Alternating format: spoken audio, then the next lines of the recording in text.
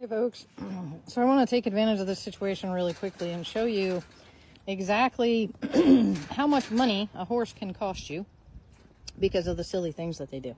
This is true. She's my quarter horse mare. She's probably about 1,200 pounds, and you can see that she's trying to scratch her butt right now.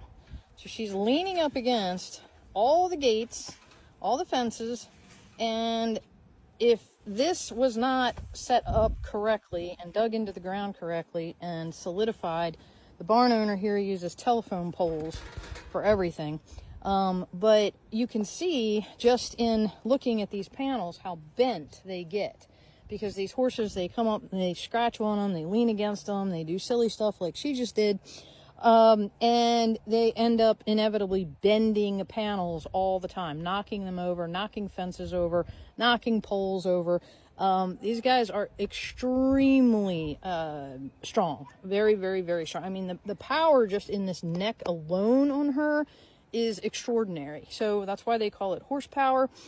She is very, very strong, and when she puts that big booty up against something and starts rubbing, well, she can knock it over very quickly. We just had to replace 2 of these big gates down there because, somebody rubbed up against them and knocked them over. So how do you prevent things like this? Well, it's impossible to prevent unless you want to put electric fencing up around everything. But what you can do is you can add in things that are helpful to your horses, like these guys right here.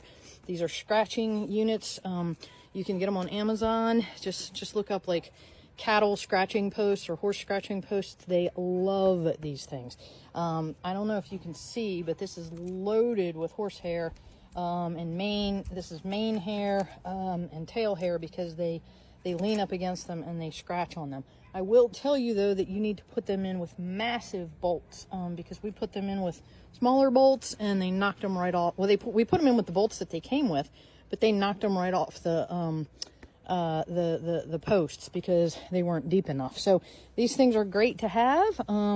Also, regular grooming of your horse and providing them with like anti-itch, stuff is very, very helpful. If you have a horse that is prone to like sweet itch or hives or something like that, then get them on the proper medication.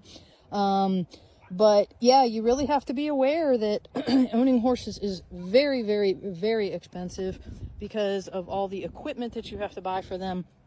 It's not like, just get a horse and stick it in your backyard. No, it's not like that. And if you do that, then I'm sorry, but,